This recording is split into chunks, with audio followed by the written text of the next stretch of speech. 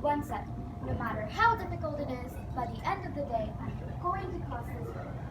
The other said, go ahead, try.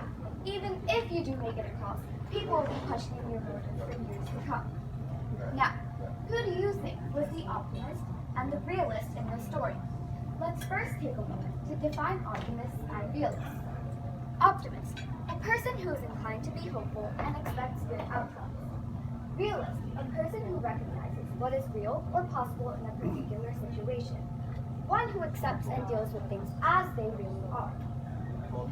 Interestingly enough, medical research scientists exemplify both optimistic and realistic traits. When faced with the challenge of life-threatening diseases such as cancer and Zika, scientists have to be able to realistically recognize their available resources and understand their limitations. On the other hand, they must also remain optimistic and stay dedicated to their experiments, hoping that someday they can finally bring about a cure. Thus, this means that scientists are indeed a mix of both optimism and realism. A similar lesson can be taken from the legacy of Dr. Martin Luther King Jr. He was able to spark a revolution of rights for African Americans who were discriminated against throughout the early 1900s. If he hadn't been optimistic enough to dream about a future where all people of all races could live together in harmony, he would not have been able to accomplish anything.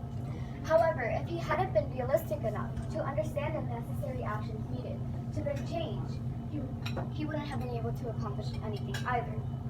Hence, the critical decision is not should we be optimistic or realistic, but rather, how can we include a balance of both in our lives? Now, let me tell you about one of my favorite songs called High Hopes by Brendan Urie.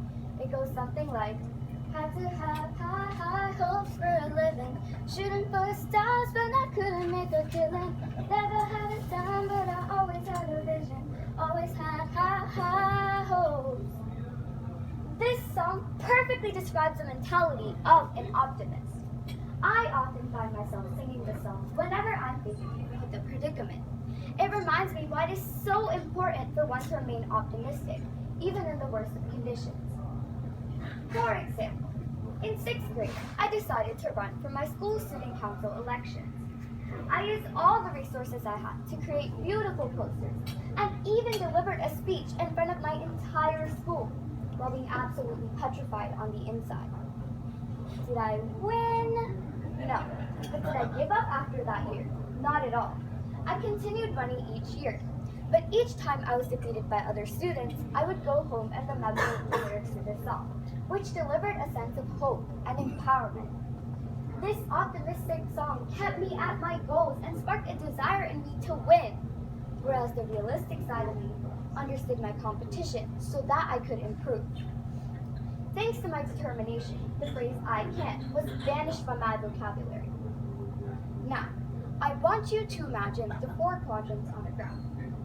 If one quadrant were to consist of optimists, then the opposite side would contain pessimists. Adjacent to optimists would be realists, and across that would be the delusional. While it is unhealthy to be a delusional pessimist, being a realistic optimist is truly the space everyone should strive to be in. Personally, as a realistic optimist, I toil to create an extraordinary world where anything in my imagination has the ability to become a reality. In conclusion, the relationship between optimism and reality can be represented by water and ice. While they contain many of the same properties that define them, under specific circumstances, they can be starkly different. However, both are necessary. Reality can be negative or positive. Thus, in some cases, optimism and reality can overlap. Therefore, the line between optimism and reality is actually a thin, blurry tightrope. It is crucial to maintain a balance on that tightrope. Now, I don't know if we'd ever be able to understand exactly why the chicken crossed the road, but I hope that at least by now you've realized which chicken was the optimist and the realist, and why both were important. Thank you. Thank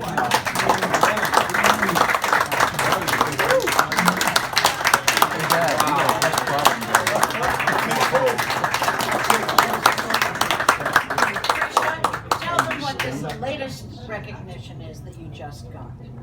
Your mother sent me the note. What was it? For the NCT Young Promising Writer. Oh, so there's a national writing competition called Promising Young Writers, and they select like certain kids from each state to be recognized like for like excelling in writing. And there was a topic which we had to write about, which was like talk about an experience, time, emotion in your life or person where you welcomed them and accepted them. And so I talked about my experience with anxiety. And we also had to submit like a separate piece, which we considered our best writing. And I was selected as one of the participants